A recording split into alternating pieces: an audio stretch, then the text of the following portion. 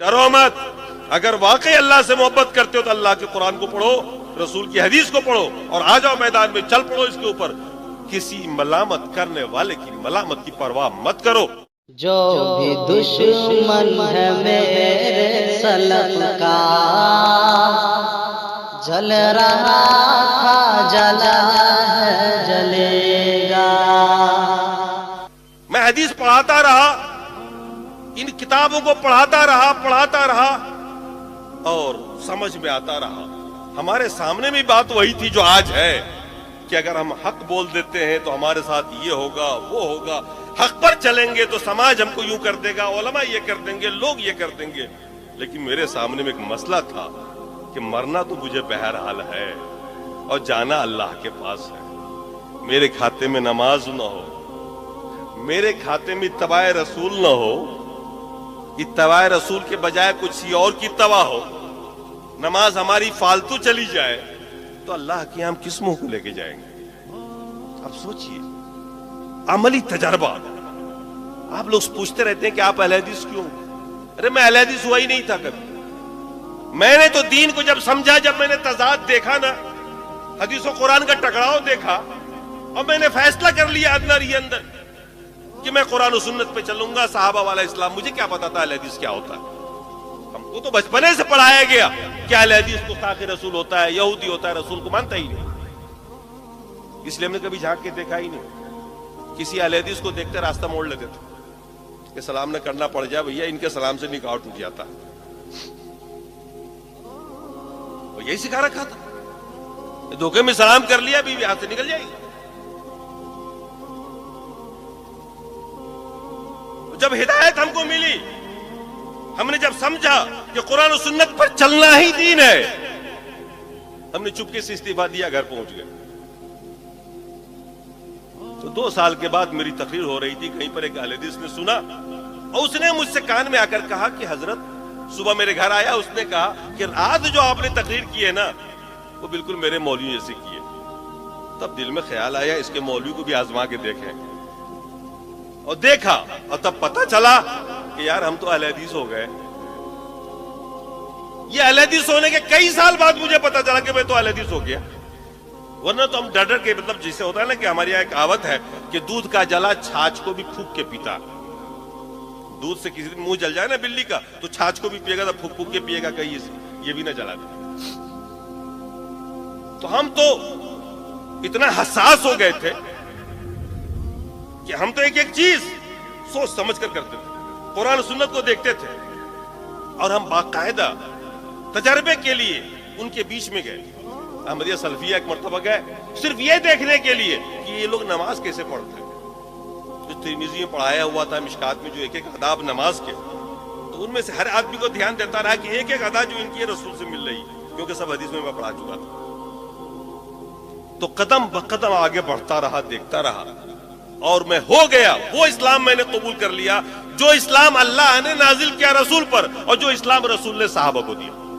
میں نے کہا مجھ کو اس کے علاوہ کچھ نہیں چاہیے, مجھے کسی کی تفسیر نہیں چاہیے, کسی کا بیان نہیں چاہیے. اور آج الحمدللہ میں اپنا ہر مسئلہ قرآن و سنت سے ہی حل کرتا ہوں. حالانکہ فقہ کا استاذ رہا, مفتی رہا, رات دن کا کام ہی وہی تھا میرا, تعویلیں کرنا, مسائل کو ادھر سے ادھر کرنا. اللہ نے نجات دی, اور جب معلوم ہو گیا کہ میں اہل حدیث ہو گیا ہوں تو بڑی خوشی ہوئی اس دن. میں نے کہا یار دنیا میں اکیلا نہیں ہوں. اس سے پہلے سب سے زیادہ غم جو تھا مجھے وہ یہ تھا کہ میں اکیلا ہوں, کوئی ساتھی نہیں ہے. مجھے کیا پتا تھا کہ اتنی بڑی جماعت ہر جگہ پر راہ حق پہ چلنے والی جماعت ہے, نجات پانے والی جماعت ہے, قرآن و سنت پر چلنے والی جماعت ہے. یہ ہمیں علم نہیں تھا, اور اس کی وجہ یہ تھی کہ ہم آپ سے دور تھے, اور دور اس لیے تھے کہ ہمارے لوگوں نے یہی سکھا رکھا تھا کہ ان کے پاس مت بیٹھنا. اور جب ہوئے, اللہ نے ہدایت دی, کھلے, تو پھر مصیبتوں کے پہاڑ ٹوٹے. آج تک میرے اوپر سوشل بائی کارڈ ہے, لیکن میں نے کہا کوئی پرواہ نہیں, جنت ملے گی نا, ادھر کی گارنٹی ہے نا, ہو گیا. روزی کا مالک اللہ ہے. اللہ نے قرآن میں فرمایا وَمَا مِن دَابَّةٍ فِي الْأَرْضِ إِلَّا وَعَلَى اللَّهِ رِزْقُهَا. دنیا میں جتنی بھی جاندار چیزیں, روزی کا ذمہ اللہ نے کہا میرا. اللہ نے کہا نا, ذمہ لیا نا اس نے. آپ کی جنت کی ذمہ داری لی ہے کیا؟ آپ کی جنت کی بھی لی ہے کیا؟ لی ہے کیا؟ کہ تو جنت میں ہر حال میں ڈال دوں گا، نہیں نہ لی ہے۔ اس کی فکر کرو جس کی نہیں لی ہے، اس کی فکر کیوں کر رہے ہو جس کی لی رکھی؟ تو روزی کی ذمہ داری اس کے اوپر۔ اب ہمارے بہت سارے ساتھی علماء ہیں، اس زمانے والے ملتے ہیں، سمجھاتا ہوں، بتاتا ہوں، وہ سمجھ لیتے ہیں، بات مانتے ہیں کہ حق پر آپ ہی ہیں، سب کچھ ٹھیک ہے، لیکن بھئی آپ کے یہاں تو معاملہ بڑا خراب ہے، نہ نذرانہ ہے، نہ فاتحہ ہے، نہ میلاد ہے، وہاں تو لے دے کے سو کی تنخواہ ہے، ہمارا گھر نہیں چلے گا اس سے۔ وہ یہی کہتے ہیں۔